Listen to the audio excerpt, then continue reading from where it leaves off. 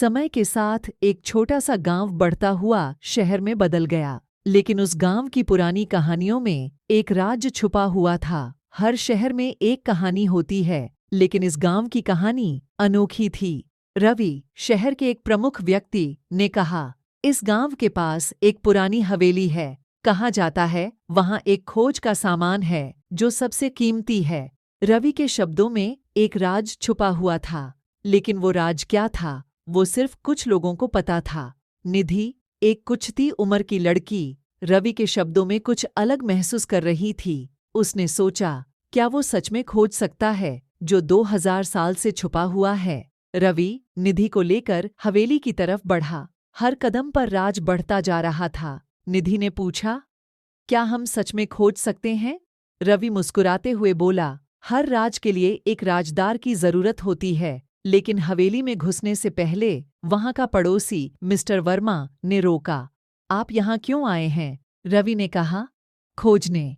Mister Verma ने एक कागज का टुकड़ा दिया। ये देखिए, मुझे यकीन है ये राज आपको यहाँ ले आएगा। निधि ने कागज को पढ़ा और हैरान हुई। ये कैसा मुमकिन है? रवि बोला, हर मिनट एक नया राज। हवेली में अंदर जाते ही रवि और निधि को कोई राजदार काम मिले। हर कमरे में एक नया राज था।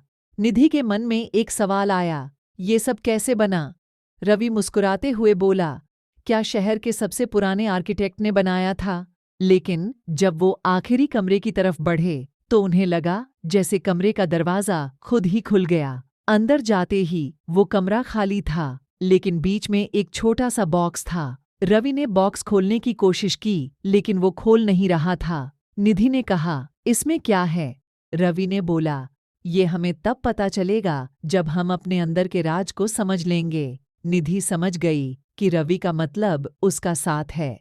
वो दोनों ने मिलकर बॉक्स को खोलने की कोशिश की और वहां से एक चित्र निकला। चित्र पर लिखा था, हर राज का जवाब सिर्फ एक है, विश्वास। निधि मुस्कुराई और बोली, इसी राज के साथ हम वापस चले? रवि ने हाँ में सर हिलाया और बोला, हर राज का जवाब विश्वास में है। अंतरिक्ष। इस कहानी के अंदर छुपा हुआ राज सिर्फ खोजने वाले की ही जेब में था, और वो था विश्वास।